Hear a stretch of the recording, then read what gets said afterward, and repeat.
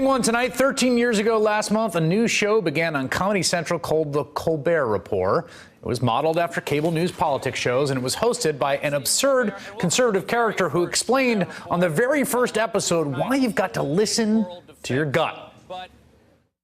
That's where the truth comes from, ladies and gentlemen. The gut. Do you know you have more nerve endings in your stomach than in your head? Look it up.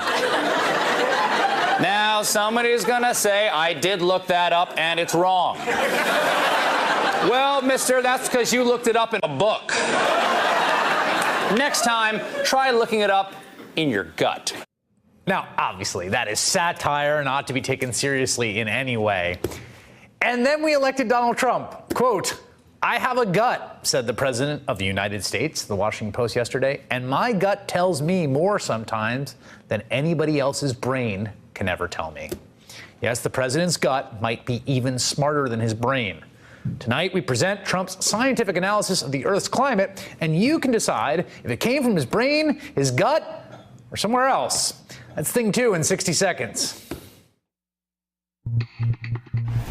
The most powerful man in America, and probably the world, shared some thoughts yesterday on the single largest threat facing the planet and humankind, perhaps ever in history, climate change. Quote, and I'm going to read it.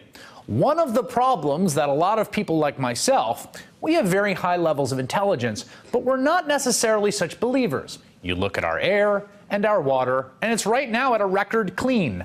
But when you look at China, and you look at parts of Asia, and when you look at South America, and when you look at many other places in this world, including Russia, including just many other places, the air is incredibly dirty. And when you're talking about an atmosphere, oceans are very small. And it blows over and it sails over. I mean, we take thousands of tons of garbage off our beaches all the time that comes over from Asia. It just flows right down the Pacific. It flows. And we say, where does this come from? And it takes many people to start off with.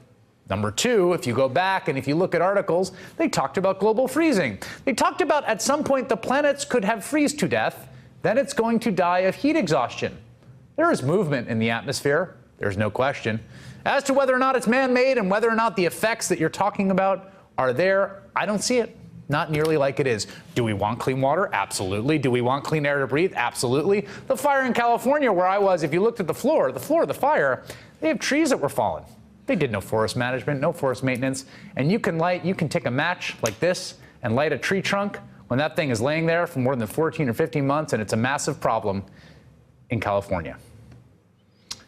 Sometimes it's amusing to hear the unintelligible nonsense that comes from the gut or brain of this president. But if you care even a little bit about life on this planet in the future, our children's future, what we just heard should be terrifying to you.